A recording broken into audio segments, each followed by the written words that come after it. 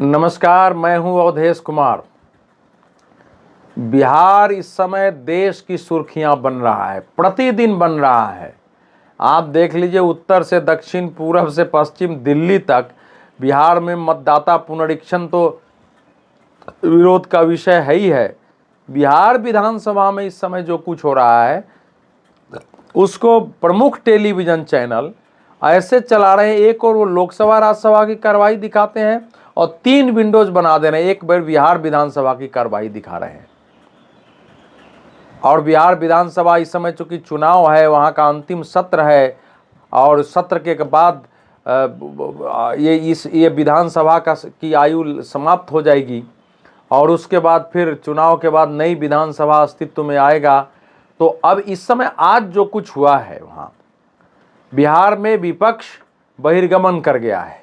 विधेयकों पर चर्चा बिना विपक्ष के सरकार कर रही है। सरकार कह रही है कि ये गए तो गए, हमको तो विधेयक पारित कराना है क्योंकि अंतिम सत्र है।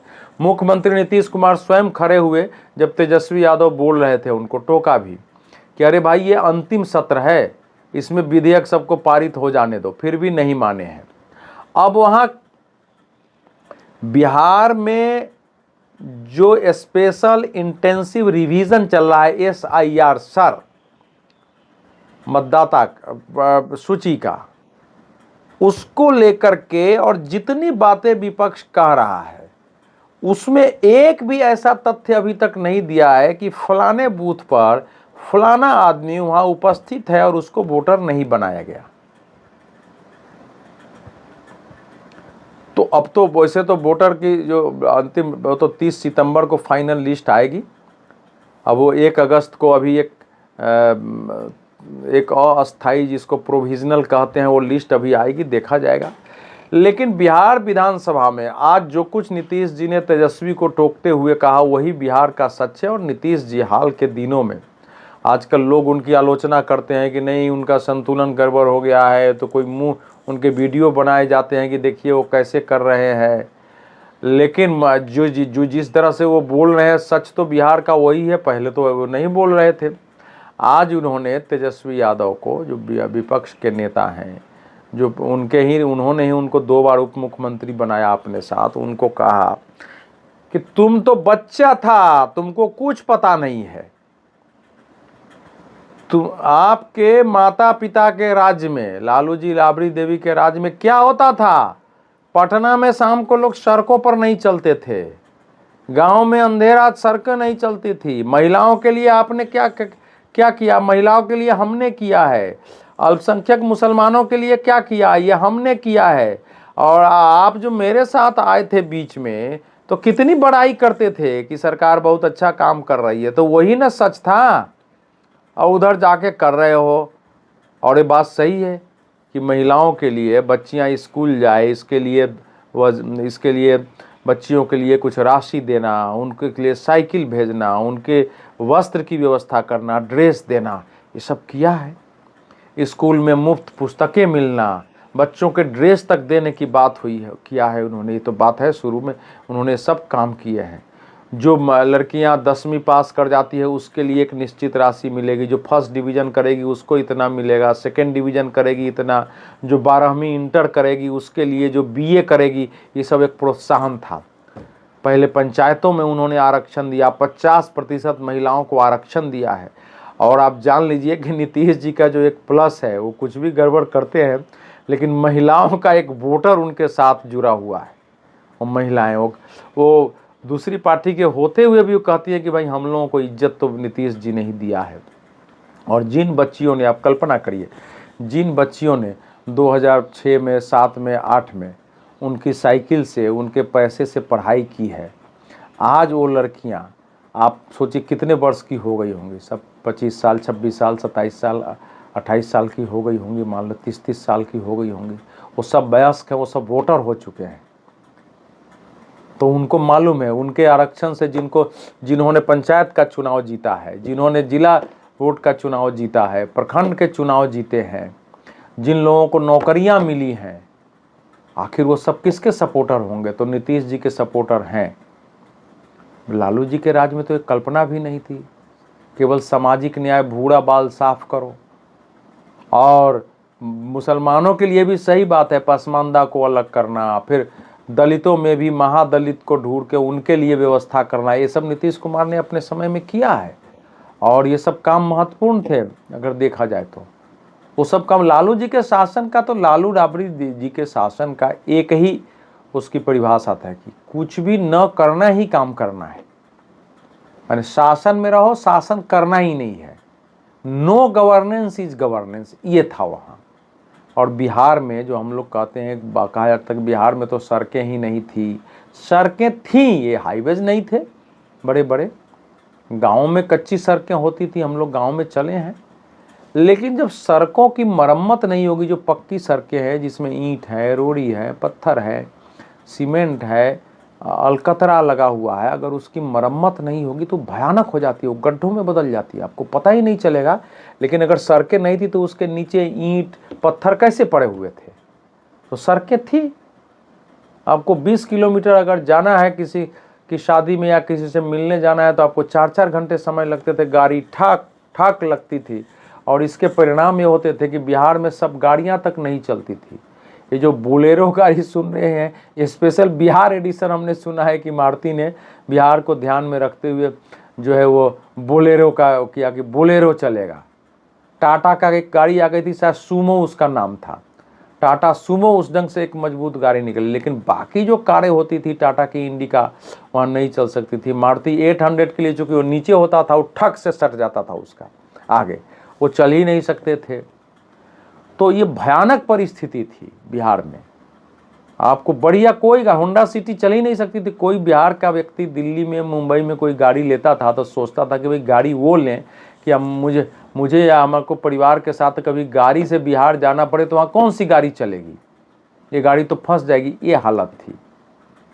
और वो बात सही बोल रहे हैं, शाम के बाद लोगों का निकलना मुश्किल होता था। हालांकि इस समय जिस ढंग से हत्याएं हुई हैं बिहार में, अपराध बढ़े हैं, वो बहुत चिंताजनक है कि हॉस्पिटल में गैंगवार हो जाए, आईसीयू में लोगों को मार दिया जाए।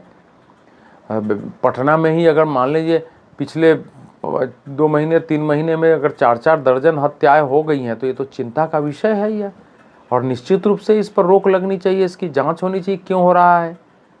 क्योंकि लेकिन जो राष्ट्रीय जनता दल का जो शासनकाल था उसमें तो ये सब आम चीज़ें थी, हत्याएं। आज हो गई तो हो गई, अभी यहाँ हो रही है, कल दूसरी जगह हो जाएगी, हॉस्पिटल में हो जाएगी, मंत्री तक हॉस्पिटल में मारे गए। गैंगवार हो रहा है, एक आया हॉस्पिटल में इलाज कराने, दूसरा आके वहीं मार दे रहा है। दूसरा आया इलाज करे तो एक की ओर से डॉक्टर को फोन जा रहा है कि उसका गोली तुमको नहीं निकालना है। बल्कि बिहार में अनेक सर्जन डॉक्टर गोली निकालने के एक्सपर्ट हो गए थे। उनका काम ही था कि वहीं ले चलो, अभी गोली लगी हुई है तो उसी के हॉस्पिटल में निकलेगा। मेरे मुजफ्फरपुर में एक वीरेंद्र किशोर, मैं मुजफ्फरपुर से हूँ, वीरेंद्र किशोर डॉक्टर थे। उनको, वो तो ऐसे बहुत ही शानदार सर्जन है, ज़बरदस्त सर्जन है। और वो भले दिल्ली जैसी जगह में नहीं रहे, लेकिन उनको इस चीज़ का एक्सपर्ट माना जाता कि गोली लगी है तो डॉक्टर वीरेंद्र किशोर के यहाँ ले चलो। और गोली लगनी ही है, रोज किसी को लगनी है गोली, तो वो वहीं ले चलो, वही गोली निकालते थे।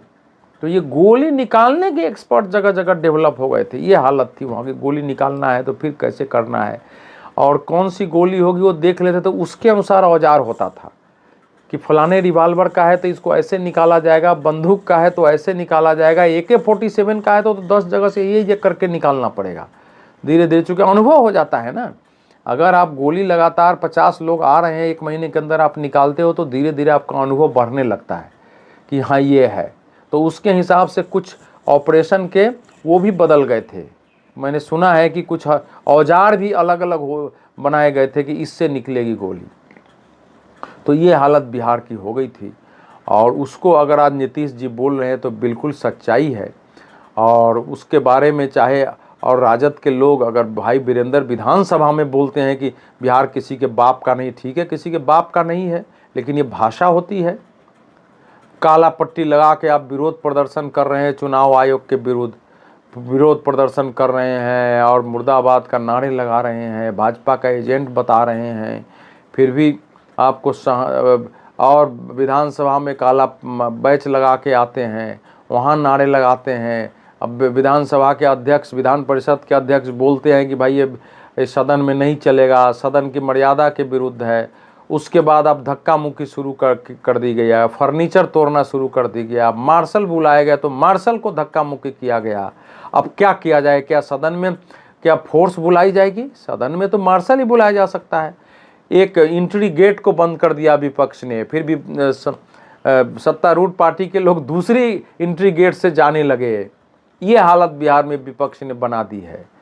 और फिर भी वो कह रहे हैं कि हमको तो सुना, जैसे राहुल जी यहाँ कहते हैं वैसे तेजस्वी कह रहे हैं मैं तो विपक्ष का नेता हूँ, सदन में विपक्ष का नेता नहीं बोलेगा तो कौन बोलेगा। और उप मुख्यमंत्री ने खड़े होकर कहा जब मैं बोल रहा था कि खाली यही बोलेगा कि दूसरा भी बोलेगा, ये तो बोले ही जा रहा है। ये कोई भाषा होती है विपक्ष के नेता के प्रति? अब भाई अगर किसी की लंबा मैं मुझे नहीं मालूम कि क्या बोला गया है, मुझे ये भी नहीं मालूम, विपक्ष के नेता को पूरी बात रखने का अधिकार है, लेकिन दूसरे नेताओं को भी उस पर आपत्ति करने का अधिकार है। ये चलता रहता है वो। अब मुझे नहीं लगता है विपक्ष के नेता को सभा अध्यक्ष ने बोलने से रोका होगा, क्योंकि विधानसभा अध्यक्ष पर तो आरोप लगाया नहीं है, लेकिन चूंकि चुनाव है तो हर बहाने से, जैसे राहुल गांधी और यहाँ सहानुभूति पाने की कोशिश करते हैं कि हमारे खिलाफ यह है, चुनाव आयोग है, सुप्रीम कोर्ट है, ईडी है, सीबीआई है, सबसे लड़के हमको चुनाव लड़ना पड़ रहा है, इसलिए हमारा साथ दीजिए। उसी प्रकार से तेजस्वी जी भी वहाँ कह रहे हैं कि वोटर लिस्ट से 50 लाख लोगों का नाम हटा दिया गया। भाई 43,20,000 के आसपास लोगों के ऐसे नाम आए हैं जो उपलब्ध नहीं है, उनको सारे पॉलिटिकल पार्टियों को दिया गया है नाम। आपके पोलिंग बूथ एजेंट हैं वहाँ, उनको दीजिए, उनसे पता करिए कि वो कहाँ है।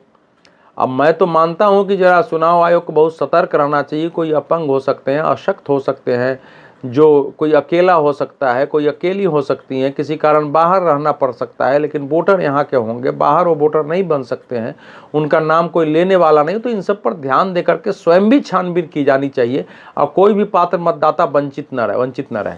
लेकिन अगर आरजेडी को आपत्ति है तो आरजेडी के समय तो खुलेआम बूथ लूट होता था, चुनाव नहीं होता था। सेशन को फोर्स उतारना पड़ा वहां चुनाव करना, मतगणना कराने के लिए, और ऐसी स्थिति पैदा हो गई कि वहां राष्ट्रपति शासन लागू कराना पड़ा 2005 में, 2000 में या 2000 में।